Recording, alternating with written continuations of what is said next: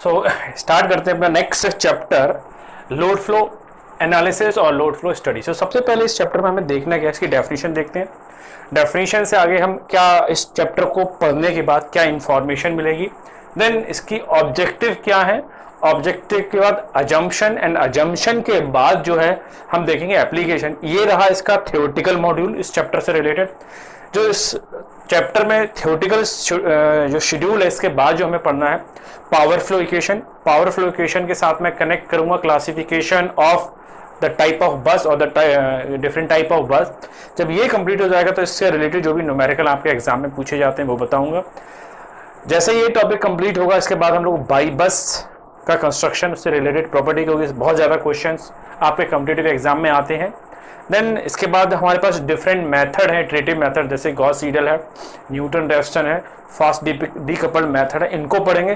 Then इनके बाद जो है इनका कंपैरिजन चार्ट बनाएंगे और फिर न्यूमेरिकल करेंगे। तो ये जो है इस चैप्टर से रिलेटेड जो है कंटेंट है, क्या क्या है फिर से मैं रिपीट कर दूँ। डेफिनेशन है, इंफॉर्मेशन है, ऑब्जेक्टिव है, अजम्पशन होंगे और एप्लीकेशन। फिर मैंने बताया power flow location, classification of bus, Y bus का construction and the different type of iterative method and their comparison. तो ये इस चैप्टर से रिलेटेड जो भी कंटेंट है वो हमें पढ़ने हैं। तो सबसे पहले मैं बात करूं डेफिनेशन की। जो डेफिनेशन है वो क्या है, द लोड फ्लो स्टडी जो है एक हमारा, सबसे पहले तो मैं बात करूं जो हमारा पावर सिस्टम है एक बहुत ही कॉम्प्लेक्स नेटवर्क है। इस कॉम्प्लेक्स नेटवर्क में बहुत सारे जनरेटर हैं, ट्रांसमिशन लाइन है, लोड्स हैं, तो ये और सारे जो प्लांट्स हैं आपके वो इंटरकनेक्टेड है। तो हमारा जो पूरा पावर सिस्टम है वो आपस में इंटरकनेक्टेड। इस इंटरकनेक्टेड पावर सिस्टम की स्टडी स्टेट में जो एनालिसिस होती है, जो स्टडी होती है, उस स्टडी का नाम है आपका लोड फ्लो स्टडी या पावर फ्लो स्टडी। तो देखते हैं डेफिनेशन को। The analysis of an interconnected power system in normal steady state condition is known as what? Power flow और लोड फ्लो स्टडी। तो जब भी हम बात करें, अब हमारा जो पावर सिस्टम है वो कौन सी स्टेट में, नॉर्मल स्टडी स्टेट में। तो हम अगर यहां से एक पॉइंट बनाएं, हम अगर पॉइंट बनाएं यहां से, we can represent power system diagram as per phase और सिंगल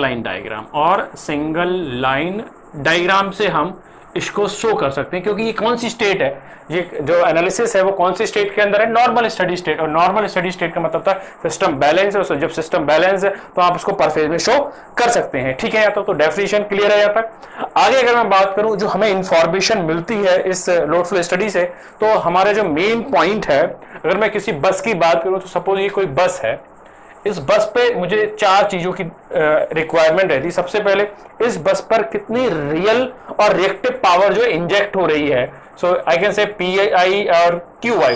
सो रिएक्टिव पावर और एक्टिव पावर इस बस पे कितनी है, इस बस का वोल्टेज कितना है और इस बस का कितना एंगल है। इन 4 चीजों की जो मेन है वो स्टडी क्या है, लोड फ्लो स्टडी है। सो मेन इंफॉर्मेशन जो है इस स्टडी से क्या मिलती है, बस वोल्टेज का angle, real power and reactive power की रिक्वायरमेंट ईच बस पे क्या है।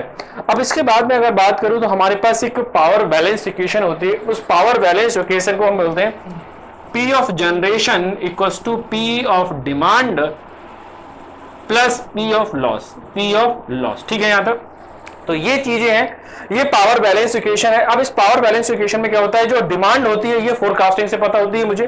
बट अगर मैं जनरेशन की बात करूं तो हम जब कोई भी प्लांट को कंस्ट्रक्ट करते हैं तो मुझे जनरेशन पावर होती है। तो मेरे पास इस पावर इक्वेशन को सेटिस्फाई करने के लिए देखें तो जनरेशन पता है, डिमांड पता है, बट लॉसेस पता नहीं है। इस लॉसेस को निकालने के लिए या मैं कहूं इस पावर इक्वेशन को बैलेंस करने के लिए हम सिस्टम में एक नई बस का इंट्रोडक्शन करते हैं। उस बस का नाम क्या होता है, स्लैक बस। सो नेक्स्ट जो इंफॉर्मेशन मिलती है मुझे इस लोड फ्लो स्टडी से क्या मिलती है, ये जो डिफरेंट ट्रांसमिशन लाइन में जो लॉसेस हो रहे हैं वो कितने हो रहे हैं। ठीक है, यहाँ तक। Now this is all about what the definition and the information related to the load flow study. अब अगर मैं आगे बात करूं तो हमारे लोड फ्लो स्टडी के क्या ऑब्जेक्टिव है। तो ऑब्जेक्टिव को पढ़ने से पहले मैं 2 चीजें आपके सामने बताता हूं। मैं 2 क्वेश्चन सामने रखता हूं। सपोज अगर कोई मुझे 100 मेगावाट का कोई नया प्लांट बनाना है, या कह सकता हूं मुझे कोई इंडस्ट्रियल प्लांट बनाना है 100 मेगावाट का, क्या उस 100 मेगावाट को सप्लाई करने के लिए मेरी जो पुरानी लाइंस है वो कैपेबल है? अगर कैपेबल नहीं है तो मुझे जो नई लाइंस हैं उनका कितना एक्सपेंशन करना पड़ेगा, कितना स्विच गियर, कितना ट्रांसफार्मर, कितना जनरेटर और कितनी लंबी ट्रांसमिशन लाइन पड़ेंगी, तो इन चीजों को ध्यान रखना पड़ेगा। और अगर मैं दूसरा क्वेश्चन की बात करूं, सपोज कोई लाइन जो है आउटेज में चली जाए ड्यू टू द मेंटेनेंस, तो क्या जो रेस्ट ऑफ द लाइन है वो हमारे सिस्टम को पूरी पावर सप्लाई कर रही है विदाउट एनी ओवरलोडिंग प्रॉब्लम? तो जब भी हमारे सिस्टम का एक्सपेंशन करना है या उसकी स्टडी स्टेट एनालिसिस करनी है, जब भी कोई चीज मेंटेनेंस में जाती है, उस पूरी एनालिसिस को हम किस में पढ़ते हैं? लोड फ्लो स्टडी में। ठीक है, तो पहला ऑब्जेक्टिव आपके सामने क्या है? The load flow study is essential for designing a new power system and for planning extension of existing one for increased load demand. Meaning क्या है? अगर मेरे पास लोड की डिमांड बढ़ रही है, इन जनरल लोड की डिमांड हमारे पास क्या होती है?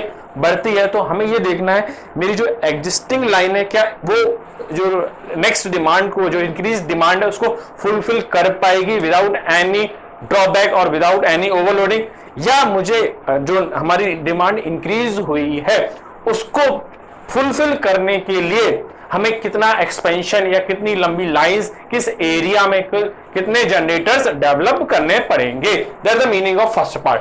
देन नेक्स्ट पार्ट मैं बात करूं use for controlling the power system operation, यानी कि अगर कोई भी नई लाइन या हमारा कोई भी लाइन आउटेज में जा रही है तो हम उसको जो पावर फ्लो का कंट्रोल है वो अपने हाथ में रखें कि लाइन से जो सोर्स टू लोड लाइन में जो पावर पहुंच रही है वो प्रॉपर पहुंच रही है या नहीं पहुंच रही है। ठीक है, यहां तक आगे मैं बात करूं use for economic operation of the system. Economic operation का मतलब है कौन सी जनरेटर्स ज्यादा कैपेबल है, कौन से एफिशिएंट है, कौन से कम एफिशिएंट है, तो हमको वो यूनिट देखनी है। जो यूनिट ज्यादा एफिशिएंट है उनको ज्यादा चलाना है, जो यूनिट कम एफिशिएंट है उनको हमें कम चलाना है, और मोर एफिशिएंट यूनिट से हमें ज्यादा काम कराना होगा। ठीक है, आगे मैं बात करूं also use for transient stability and dynamic stability and state estimation. तो ट्रांजिएंट स्टेबिलिटी, डायनामिक स्टेबिलिटी और स्टेट एस्टिमेशन के लिए भी इस स्टडी का यूज कर सकते हैं। अगर मैं एक दो पॉइंट और जोड़ दूं इसमें, load flow study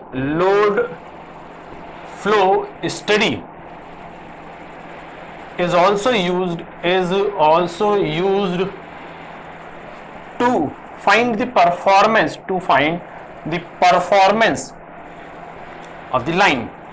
The performance of the line means what? The voltage regulation and the efficiency of the transmission system. ठीक है यहां तक, बट जो मेन पर्पस है फ्यूचर प्लान के लिए हमें कितनी लाइनों का एक्सपेंशन करना है या एग्जिस्टिंग लाइन से कैसे उस डिमांड की फुलफिलमेंट करना है, उस चीज को मद्देनजर रखते हुए हम इस लोड फ्लो स्टडी को पढ़ते हैं। अब मैं बढ़ता हूं अपनी नेक्स्ट हेडिंग की तरफ, जो है हमारा next part, assumption of the load flow study.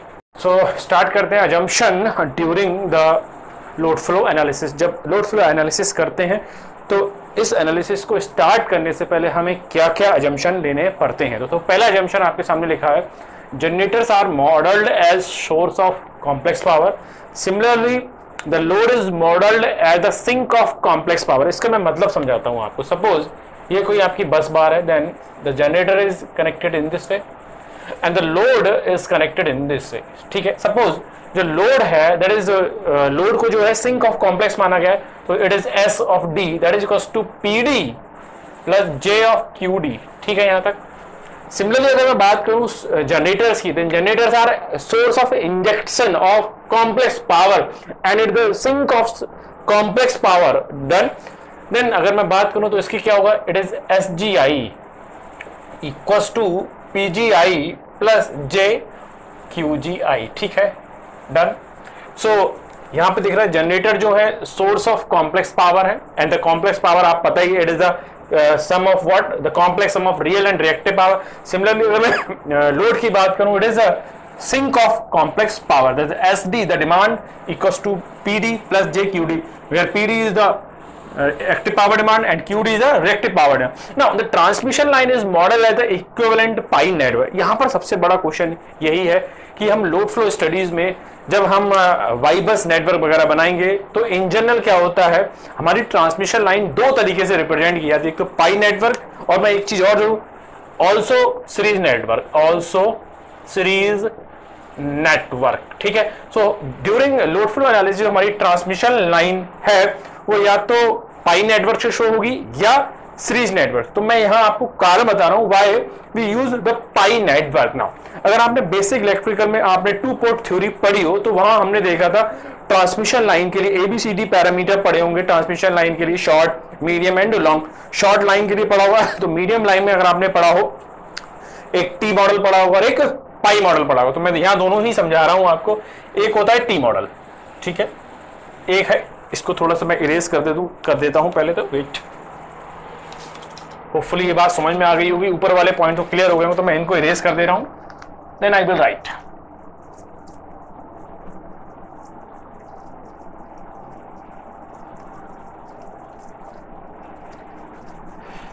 सो जरा समझिएगा कि हम क्यों पाई और टी नेटवर्क में से सिर्फ पाई नेटवर्क यूज करते हैं। तो अगर मैं टी नेटवर्क की बात करूं तो it is T network, done, and this is your pi network.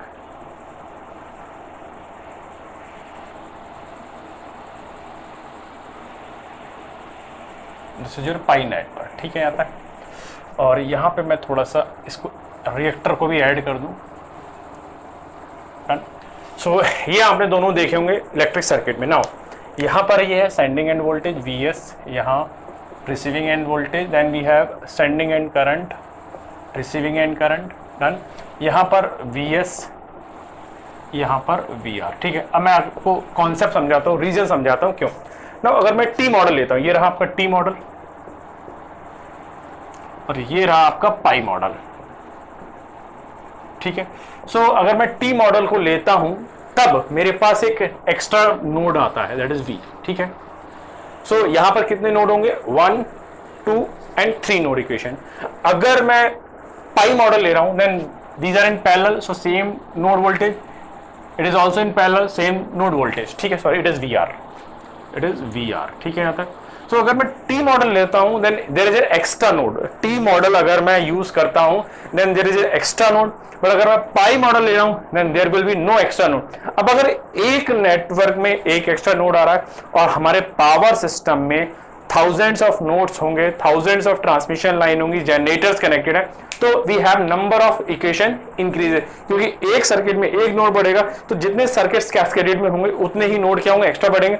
जब नोड्स बढ़ेंगे तो उतनी ही इक्वेशंस बढ़ेंगी, जब इक्वेशन बढ़ेंगी तो उन इक्वेशन को सॉल्व करने का जो टाइम है वो बढ़ेगा, यानी कि ये टाइम कंज्यूमिंग प्रोसेस होगा। अगर ये सिस्टम कंप्यूटर पे रन किया जाएगा तो इसको स्टोर करने के लिए मुझे जो मेमोरी है वो ज्यादा रिक्वायरमेंट होगी और उस कंप्यूटर का जो टाइम रिक्वायरमेंट है, ऑपरेशन ऑफ टाइम रिक्वायरमेंट, वो ज्यादा होगा। तो मैं कौन सा यूज करूं, टी मॉडल या पाई मॉडल? तो हमें टी मॉडल यूज नहीं करते क्योंकि यहाँ पर एक्स्ट्रा नोड है, पाई मॉडल यूज करते हैं क्योंकि उसमें नंबर ऑफ नोड्स सेम रहते हैं, ठीक है। यहाँ तक नेक्स्ट अगर मैं बात करूं फ्रीक्वेंसी रिमेन कांस्टेंट, देन अगला है harmonics in the supply are neglected, ठीक है। ये तो जनरल्स बातें हैं। आगे नेक्स्ट पॉइंट जो है वो भी इंपॉर्टेंट है इसके रिलेटेड में, no HVDC link present in the network. ना मीनिंग क्या है, जब हम पावर फ्लो स्टडी करते हैं, लोड फ्लो स्टडी करते हैं तो हमारे सिस्टम में जो है HVDC लिंक प्रेजेंट नहीं होना चाहिए। अगर HVDC लिंक सिस्टम में उस समय प्रेजेंट होगा तब मुझे सेपरेट एनालिसिस करनी पड़ेगी, क्योंकि HVDC के लिए लोड फ्लो एनालिसिस अलग होती है और HVDC के लिए लोड फ्लो एनालिसिस अलग होती है। इस वजह से अगर आपको सिर्फ और सिर्फ AC एनालिसिस करनी है लोड फ्लो की तो आपको HVDC लिंक उस समय नेग्लेक्ट कर सिस्टम में करना पड़ेगा। ये सारी बातें हुई अजम्पशन से related. Now the theoretical part में सिर्फ एक पार्ट रह गया हमारा, एप्लीकेशन पार्ट में और समझा दूं तो लोड फ्लो स्टडी का जो भी थ्योरेटिकल बेसिक है वो कवर हो जाएगा। एक दो क्वेश्चन भी आपको यहां से पक्के मिलेंगे। ना एप्लीकेशन क्यों कर रहे हैं, मैं किसी भी एग्जिस्टिंग सिस्टम को का फ्यूचर प्लानिंग कर रहा हूं या उसका एक्सटेंशन के लिए सोच रहा हूं, क्योंकि डे बाय डे जो लोड डिमांड है वो क्या हो रही है, इंक्रीज हो रही है इस वजह से। सो एप्लीकेशन क्या है, load flow study is use for future planning of the power system और existing power system. Then economic scheduling of the power system, इससे इकोनॉमिक शेड्यूलिंग का मतलब है कि सोर्स और लोड में जो पावर का फ्लो है वो बैलेंस रहे। That means P generation equals to P demand plus loss, इसकी इक्वेशन हमेशा बैलेंस रहे। अगर ये इक्वेशन बैलेंस नहीं रहेगी then there will be unstability in the system. Now next जो एप्लीकेशन है, knowing the voltage profile of the system. अब हमें पता है लोड डिमांड बढ़ने से, अगर रिएक्टिव पावर या लोड डिमांड ज्यादा बढ़ेगी तो हमारे सिस्टम का वोल्टेज प्रोफाइल क्या होगा, गिरेगा। जब वोल्टेज प्रोफाइल गिरेगा देन हमारे सिस्टम की पावर फ्रीक्वेंसी गिरेगी, तो इससे ग्रिड को फेल्यूर होने के चांस बढ़ेंगे। सो इस स्टडी का जो है वोल्टेज प्रोफाइल को जानने में भी यूज होता है। आगे मैं बात करूं, finding the steady state data for the power system. Steady state के दौरान हमारे बस का वोल्टेज कितना है, एंगल कितना है, एक्टिव पावर रिएक्टिव पावर की क्या कंडीशन है, उन सबको निकालने के लिए हम कौन सी स्टडी करते हैं, load flow study. So this is all about what load flow study theoretical part. क्या क्या पढ़ लिया हमने, डेफिनेशन पढ़ ली, क्या इंफॉर्मेशन देता है, ऑब्जेक्टिव पढ़ लिए और अजम्पशन और एप्लीकेशन। तो थ्योरेटिकल पार्ट कंप्लीट हुआ। होपफुली आपको ये सारी चीजें समझ में आ गई होंगी। ठीक है, बढ़ते हैं आगे अपने पावर फ्लो इक्वेशन और क्लासिफिकेशन ऑफ बस की तरफ। ठीक है, यहाँ तक।